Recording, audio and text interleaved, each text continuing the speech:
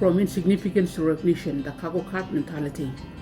This is a story about how I was treated when I had nothing compared to how I was treated when I had a successful job and lifestyle.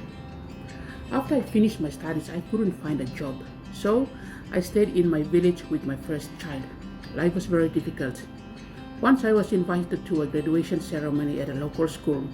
I went there and watched the ceremony with interest. Many people were there with many greets and mates, but it was all among the highlights, people from finer backgrounds. No one recognized me or asked how I was doing.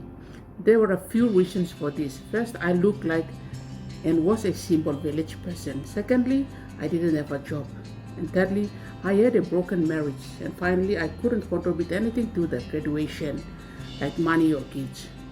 After graduation, I tried to find some friends to talk to, but I felt out of place.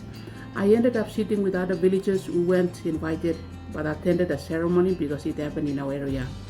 The invited guests went to a special place for lunch, but I remained with the villagers. The school principal, who was a kind person, noticed us in the tent and invited all of us to the lunch area. 5 of us got food from the buffet, but they didn't give us any soft drinks despite us asking. I felt embarrassed and left with my food without drinks. 7 years later, I went back home during a break from my job in an oil and gas company. I was invited to the very same school for another graduation. This time I wasn't interested in fizzy drinks or red meat. I was selective about what I ate. The reception was very different this time. I was the first person to be led to the lunch area, and the same attendant from 7 years ago was still there, but she didn't recognize me. She made everyone wait until I and a few others served our food since we were on a VIP list.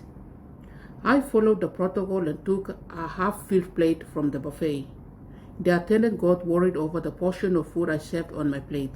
She brought me the best part of the roast and extras. I thanked her and accepted it.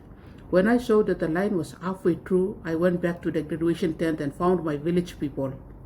I brought them to the lunch area. The attendant didn't like this and told the villagers that they were running out of food. She said that only invited guests were supposed to have lunch, and they shouldn't be there.